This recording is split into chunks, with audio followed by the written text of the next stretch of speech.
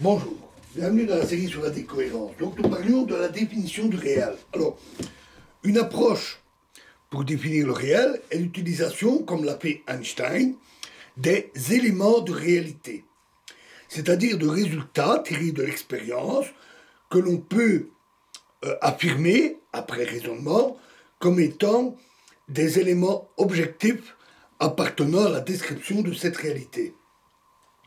Selon Einstein, Podolsky et Rosen, si la valeur d'une quantité peut être prédite avec certitude, 100% de probabilité, avant la mesure, en utilisant d'autres mesures qui ne perturbent pas cette quantité de quelque manière que ce soit, alors elle correspond à un élément de réalité. L'étape suivante consiste à faire correspondre chaque élément du formalisme avec, euh, avec la théorie, euh, donc avec chaque élément du formalisme de la théorie, pardon, avec les éléments de réalité. Mais il faut avoir beaucoup de prudence.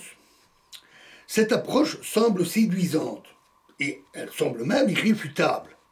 Et pourtant, elle a conduit Einstein et ses collègues au réalisme local, qui a plus tard montré être faux par Bell et les expériences qui s'en sont suivies.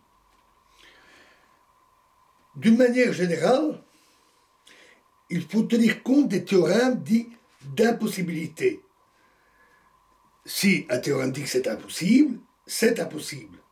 Ce sont les théorèmes tels que ceux de Bell, de Cauchy et Specker, de Mermin, de Gleason ou de Malamant, et qui fixent des barrières infranchissables à ce qu'il est possible d'imaginer pour cette réalité, du moins si l'on accepte la mécanique quantique en tant que théorie du monde, ce qui est logique puisque c'est cette théorie que l'on veut interpréter.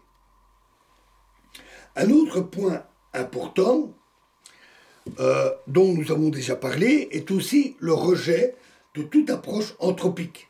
Cela est d'autant plus important que l'on parle d'une réalité indépendante de l'observation, et donc de l'observateur.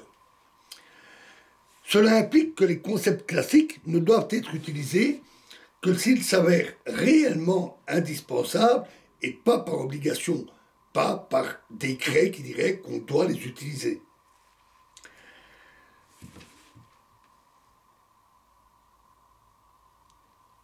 Une des questions posées dans l'interprétation de Copenhague était le caractère de la réalité de la fonction d'onde. Représente-t-elle un objet physique réel ou traduit-elle seulement nos connaissances probabilistes sur le système physique? Bien y regarder de plus près, cette question a-t-elle vraiment un sens? euh, Toutes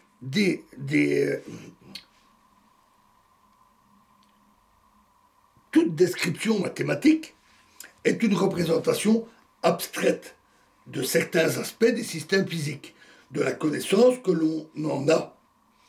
Si l'on recherche la réalité physique qui se cache derrière le phénomène, cette description mathématique est aussi une représentation de la réalité physique qui l'accompagne. L'objet mathématique lui-même n'étant bien entendu qu'un ensemble de symboles. Se demander si l'objet mathématique est réel n'a guère de sens. C'est des maths. C'est comme une peinture qui représente un paysage. On peut se demander si le paysage est réel, mais la peinture en elle-même n'est pas le paysage. Elle ne fait que le représenter. La seule question sensée que l'on peut se poser sur cette peinture, c'est la représentation est-elle fidèle? Représente-t-elle bien la réalité, le paysage?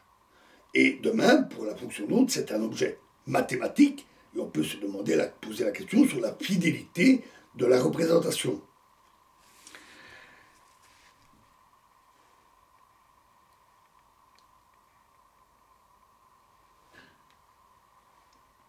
Alors, nous ne savons pas quelle forme peut vraiment prendre exactement la réalité physique.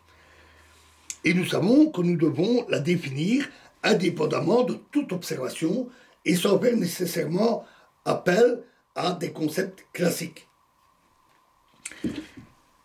Mais alors, à quel concept doit-on en faire appel? Cette fonction d'onde, en particulier, si l'on admet qu'elle contient tout ce qu'il y a à savoir sur l'état physique et donc une représentation tout à fait fidèle de cette réalité exprimée dans un langage approprié, et faisant alors appel à des concepts non classiques, ceux de la mécanique quantique, ceux décrits par la fonction d'onde. On doit admettre cette fidélité et cette complétude de la description dans la mesure où l'on admet la mécanique quantique, puisque c'est elle que l'on veut interpréter. Plus précisément, cette fonction d'onde et les lois de la mécanique quantique constituent en soi une définition du concept, de ce nouveau concept non classique. Une définition exprimée dans un langage rigoureux mathématique. En outre, toute description, qu'elle soit obtenue par des expériences ou par des raisonnements, constitue une information, une connaissance de l'objet physique. Lorsque nous disons qu'un ballon est rond, c'est des informations qui sont transmises par des signaux lumineux, de la lumière qui parvient à notre œil, notre nerf optique et notre cerveau, en voyant ce ballon, ou des interactions physiques entre les molécules de la surface du ballon et les molécules de nos doigts qui vont tâter l'objet.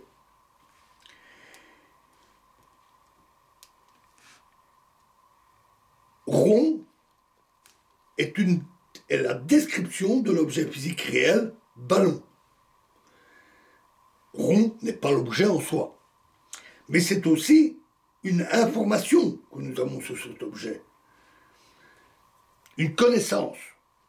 La distinction entre fonction d'onde représentant un objet physique ou une fonction d'onde comme état de connaissance sur cet objet physique est donc en réalité assez artificielle.